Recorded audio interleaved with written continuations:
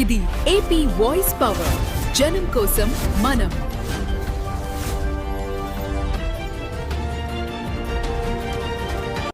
భోగపురంలో అంతర్జాతీయ విమానాశ్రయం నిర్మాణంలో పూర్తి క్రెడిట్ జగన్ది కాగా నిస్సిగ్గుగా సీఎం చంద్రబాబు కూటమి నేతలు ఆ క్రెడిట్ చోరీకి పాల్పడుతున్నారని వైఎస్ఆర్సీపీ విశాఖ జిల్లా అధ్యక్షుడు కేకే రాజు ఆక్షేపించారు. ఎయిర్పోర్ట్ కు భూసేకరణ మొదలు అనుమతులు, ఒప్పందాలు, ఆ తర్వాత పనుల్లోనూ ఎక్కువ శాతం నాడే పూర్తయ్యాయని ఆయన గుర్తు చేశారు. అబద్ధాలతో, అసత్యాలతో ఈ ప్రాంత అభివృద్ధి విషయంలో ఏ విధంగా మోసం చేసే ప్రయత్నం చేస్తూ ఉన్నారు. ముఖ్యంగా ప్రధానంగా ఒక 2 రోజుల క్రితం భోగాపురం ఇంటర్నేషనల్ ఎయిర్పోర్ట్లో మొట్టమొదటి ఫ్లైట్ ల్యాండ్ అవటం, ట్రయల్ రన్ చేయటం జరిగింది.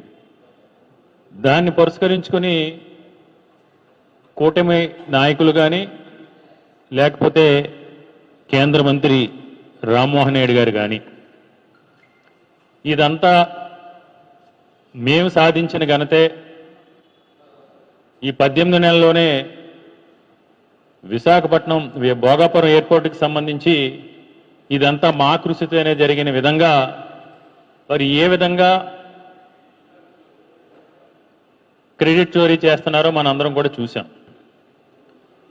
మనం ఇక్కడ గమనించాల్సింది భోగాపురం ఎయిర్పోర్ట్కి సంబంధించి వాళ్ళు చెప్తుంది చంద్రబాబు నాయుడు గారు శంకుస్థాపన చేశారని. చంద్రబాబు నాయుడు గారు శంకుస్థాపన చేసింది 2019లో ఒక 2 నెలల్లో ఎలక్షన్స్ ఉన్నాయనగా, ఎలక్షన్స్కి ముందు ఉత్తరాంధ్ర ప్రాంతంలో అప్పుడు చంద్రబాబు నాయుడు పర్యటించినప్పుడు ఉత్తరాంధ్ర ప్రాంతానికి చంద్రబాబు నాయుడు గారు తీరని అన్యాయం చేశారు. ఈ ప్రాంత అభివృద్ధి పైన, ఈ ప్రాంతం పైన వివక్ష చూపించి అమరావతి మీద ప్రేమతో ఈ ప్రాంతంపై సెవెంత్ పేపర్ ఉంచి ఈ ప్రాంతానికి తీరని అన్యాయం చేశారు. తెలుగుదేశం పార్టీకి ఉత్తరాంధ్ర ప్రాంతంలో డిపాజిట్లు కూడా రావని గ్రహించిన తర్వాత ఆయనకు అలవాటైన తెలుగుదేశం పార్టీకి చంద్రబాబు నాయుడు గారికి అలవాటైన మాయో మర్మో చేసి అబద్ధాలతోనూ అసత్యాలతోనూ ప్రజల్ని ఏ విధంగా చేయాలో ఆయనకి వెన్నతో పెట్టిన విద్య. అందులో భాగంగా అడావుడిగా భోగాపురం ఇంటర్నేషనల్ ఎయిర్పోర్ట్కి సంబంధించి ఆ రోజు శంకుస్థాపన కార్యక్రమాన్ని ఒక క్రతువు కింద చేపట్టడం జరిగింది. ఈరోజు వాస్తవం ఏంటంటే ఆ రోజు చంద్రబాబు నాయుడు గారు ఎయిర్పోర్ట్ శంకుస్థాపన చేసే నాటికి కేవలం 377 ఎకరాలు మాత్రమే ఎయిర్పోర్ట్కు సంబంధించి భూసేకరణ జరగడం జరిగింది. 377 ఎకరాలతో ఒక ఇంటర్నేషనల్ ఎయిర్పోర్ట్, ఒక గ్రీన్ఫీల్డ్ ఎయిర్పోర్ట్ నిర్మాణం సాధ్యమేనా అంటే ఆయన కేవలం ప్రజల్ని తప్పుదేవ పట్టించడం కోసం చేసిన కార్యక్రమం మాత్రమే. కానీ మా ప్రభుత్వం, వైఎస్ఆర్ కాంగ్రెస్ పార్టీ ప్రభుత్వం అధికారంలోకి వచ్చిన తర్వాత ఆనాడు ముఖ్యమంత్రిగా జగన్మోహన్ రెడ్డి గారు ఉత్తరాంధ్ర ప్రాంతంలో అన్ని రకాల వనరులు ఉన్నాయి. ఉమ్మడి ఆంధ్రప్రదేశ్ రాష్ట్రాన్ని ఆర్థికంగా అన్ని రంగాల్లోని కూడా పరిపుష్టత సాధించగల శక్తి సామర్థ్యాలు, అన్ని వనరులు కూడా ఉత్తరాంధ్ర ప్రాంతంలో ఉన్నాయి.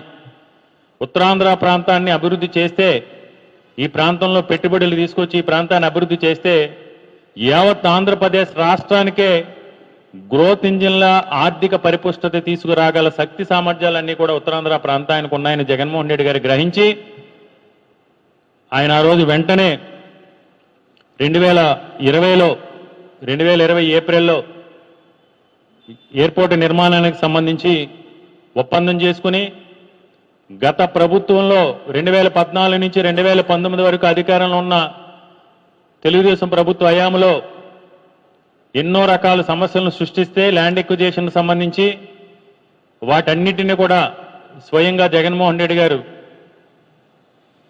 ఆయన రివ్యూ చేసి ఆ భూ సమస్యలన్నింటినీ కూడా పరిష్కరించేందుకు జగన్మోహన్ రెడ్డి గారు ఏ విధంగా కృషి చేశారో మనందరికీ కూడా తెలిసిందే. ఏప్రిల్ 2020 నిర్మాణ ఒప్పందం చేసుకుని 2021 మేన భూమి స్వాధీనానికి సంబంధించి పనులు ప్రారంభించడం జరిగింది. అందులో చాలా వరకు కూడా అందరికీ కూడా తెలిసిన విషయం, ఎయిర్పోర్ట్ ల్యాండ్ ఎక్విజిషన్ గురించి ఎన్ని రకాల కోర్టు కేసులు ఉన్నాయో. 2022 నవంబర్ కల్లా వాటన్నిటిని కూడా రెగ్యులర్గా చాలా క్లోజ్గా మానిటరింగ్ చేసి 2020 నవంబర్ కల్లా ఈ కోర్టు కేసులన్నింటినీ కూడా పరిష్కరించి ఈ ల్యాండ్ ఎక్విజిషన్ సంబంధించి 2022 నవంబర్లో రెవెన్యూ డిపార్ట్మెంట్ వారి దగ్గర నుంచి ఎలాంటి డిస్ప్యూట్స్ లేకుండా ఎన్ఓసీలు జారీ చేయడం జరిగింది. తదనంతరం 2023